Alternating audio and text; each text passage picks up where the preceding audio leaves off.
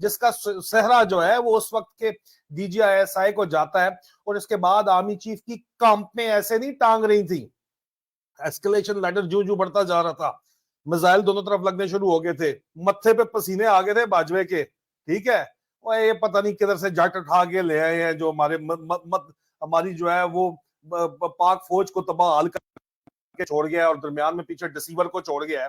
راجناتھ سنگھ کے حالیہ بیان کے بعد مودی کو جتوانے کے لیے ہندوستانی الیکشن سے پہلے اگلا بڑا سرجیکل اسٹرائک متوقع ہے. یہ بات میں نے آپ کے سامنے 30 جولائی کو کی, ٹھیک ہے. 2019 کا D G C I S I کا جو اس وقت تھا, جو D G I S I تھا 2019 میں جو میگا انٹیلیجنس فیلئر ہوا تھا, وہ آج کا آرمی چیف ہے. اندازہ آپ کر لیں آپ ہو کیا رہے اندر میں. فوج کو اس لڑنے کی جگہ گاجر مولی ٹنڈے کاشت کرنے اور غریب کسانوں کا استحصال کرنے پر لگا رکھا ہے.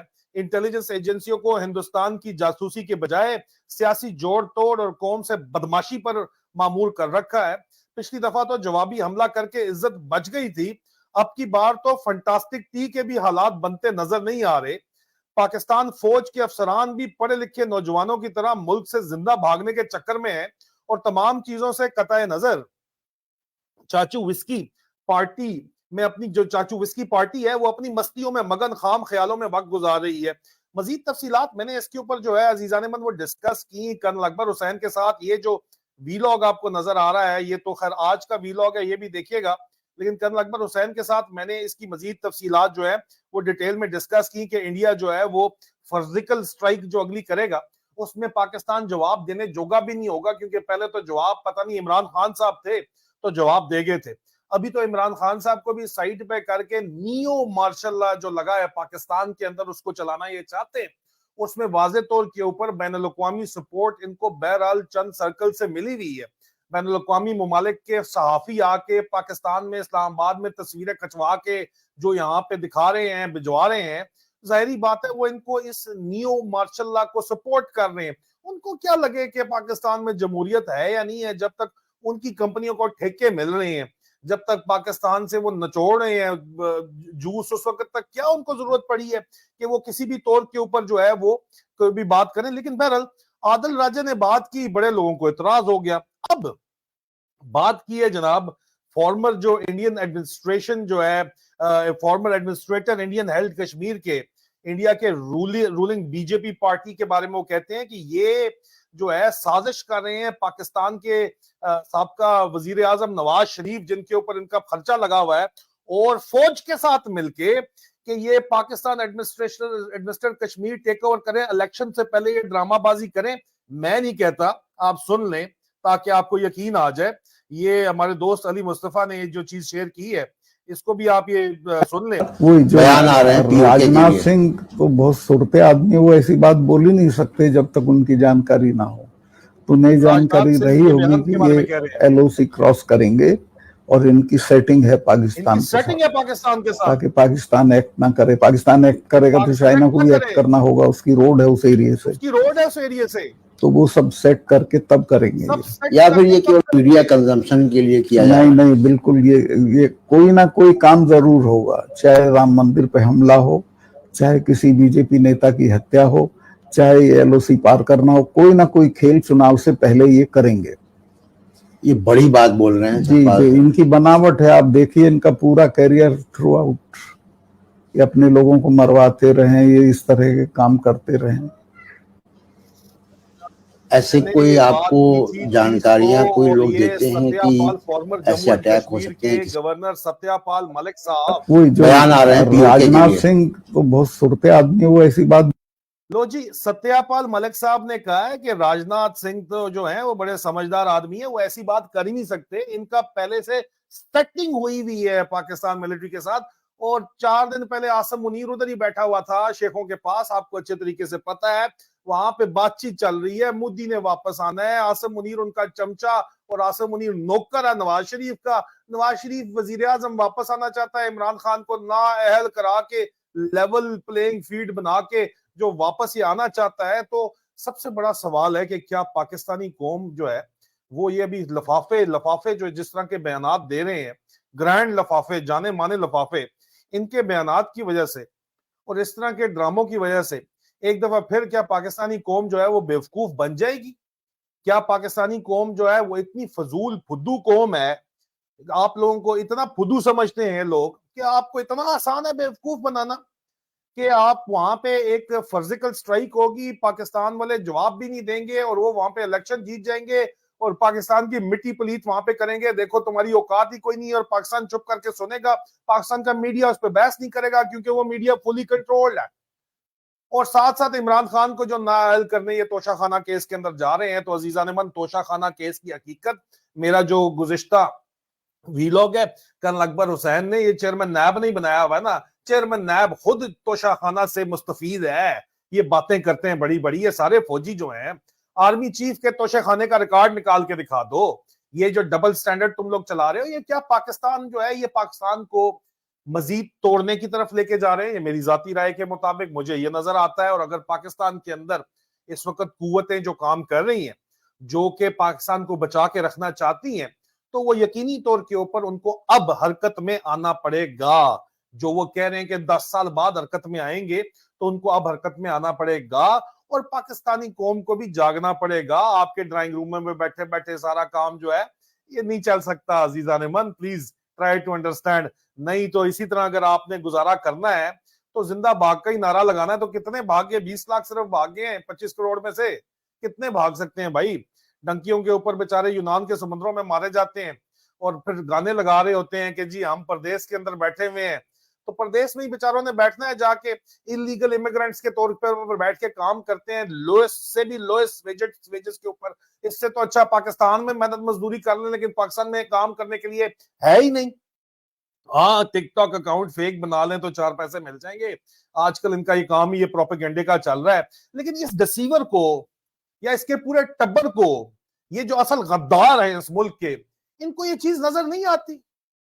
ان سے سوال پوچھنا آپ کا کام ہے، ان سے سوال پوچھیں۔ یہ ڈرامہ آخر کب تک چلے گا؟ ایک جج جس کو جو ہے کہا یہ جا رہا ہے مبینہ طور کے اوپر کہ 5 اگست کو جو ٹکٹ اس کے ویزے لگ چکے ہیں باہر جانے کے، جو عمران خان کی کھل کے مخالفت کرتا ہے، اس سے عمران خان کے بارے میں فیصلہ ابھی آیا نہیں ہے، لیکن بڑے بڑے لفافوں سے کامران خان بیٹھا ہوا لکھ رہا ہے۔ بھائی مجھے پتا ہے D G S P R کے سامنے دفتر بیٹھا میں گواہی دیتا ہوں کہ کامران خان فوج کے لیے کام کرتا ہے، ایم آئی کے لیے کام کرتا ہے، آئی ایس آئی کا سیکٹر کمانڈر کراچی کا جو کہتا ہے وہ لکھتا ہے۔ اس طرح کے جتنے بھی لفافے ہیں آس پاس سارے میں نے اپنی کانوں سے سنا ہے بھائی، میں نے اپنی کانوں سے سنا ہے، آنکھوں سے دیکھا ہے۔ میں نام دیکھتا ہوں، D G S P R کے ساتھ میں سامنے بیٹھا ہوا تھا، ڈی جی جو ہے انفارمیشن آپریشن نے کہا کہ سر کامران خان کو فون کریں نا، اس کو بتائیں کہ راجہ یہ بات کر رہا ہے، میری بات وہ کر رہے تھے۔ میں کہا اچھا ہے سسٹم یہ ہے، تم نے بتایا تو یار یہ تو جوتیاں پٹکتا تھا ہم سے لیتے، اس طرح کے سارے یار، یہ میں ذاتی بیان دے رہا ہوں، میں اب گواہ وٹنس سٹیٹمنٹ دے رہا ہوں ان لوگوں کے بارے میں، یہ میری ذاتی رائے نہیں ہے، میں گواہ ہوں اس بات کا، میرے سامنے یہ ساری باتیں ہوئی ہیں، ٹھیک ہے۔ اور اس کے بعد اگر آپ ہسٹری اٹھا کے دیکھ لیں، کیا میرے تعلقات ان سب لوگوں سے نہیں ہے جن کا میں نام لے رہا ہوں؟ کیا میں مین سٹریم میڈیا کے اندر نہیں لکھ رہا تھا؟ خیر وہ کسی اور دن ضرور بات کریں گے، لیکن یہ لفافے ان سے بلوا کے یہ پہلے سے فیصلہ بتا رہے ہیں کہ عمران خان تو کچھ بھی نہیں ہوتا، نائل ہو جائے گا، پہلے بھی ہوتا رہا ہے، ٹھنڈا کرنے کی کوشش کر رہے ہیں آپ کو، وہ خیر ہوتا رہتا ہے، پہلے بھی چلتا رہتا ہے۔ بین الاقوامی سطح پہ کہا جا رہا ہے سب اچھا بولو، بتایا جا رہا ہے دائیں بائیں اوپر نیچے سے سب اچھا بولو، کچھ نہیں ہوتا، سب اچھا بولو، سب اچھا نہیں ہے سر، سب اچھا نہیں ہے۔ Try to understand this. آپ جلتی پہ تیل پھینک رہے ہیں، آپ جا کے باجوڑ میں، کرم میں، خیبر میں، ممند میں، آپ جا کے اورگزئی میں، آپ جا کے کہیں پہ باتیں کوہاٹ لاچی کے ایریے میں، لتمبر میں، آپ جا کے ایک دفعہ سنو تو صحیح کہ لوگ کیا باتیں کر رہے ہیں۔ آپ بلوچستان میں، زوب میں، پنجگور میں آپ جا کے باتیں تو سنو کہ کیا لوگ باتیں کر رہے ہیں۔ آپ کیوں پاکستان توڑنا چاہتے ہو؟ آپ کیوں گریٹر پنجاب کے چکر میں پاکستان توڑنا چاہ رہے ہو؟ کیا مل جائے گا آپ کو اس سے؟ یہ کام ہونے والا نہیں ہے، یہ توڑ پہنچنے والا نہیں ہے، کیونکہ یہ صرف اور صرف پاکستان توڑنے اور پاکستان سے غداری کا پلان ہے جو اس وقت بنایا جا رہا ہے۔ اور یہ جو ٹرانس نیشنل ریپریشن کے ذریعے آپ میرے جیسے لوگوں کی آواز کو دبانے کی کوشش کر رہے ہیں، یہ دبنے والی انشاءاللہ نہیں ہے۔ اللہ حق ہے، اللہ سچ ہے، اور سدا بادشاہی سنے رب کی ہے۔ بہت جلد انشاءاللہ آپ سے دوبارہ ملاقات ہوگی۔ فی امان اللہ۔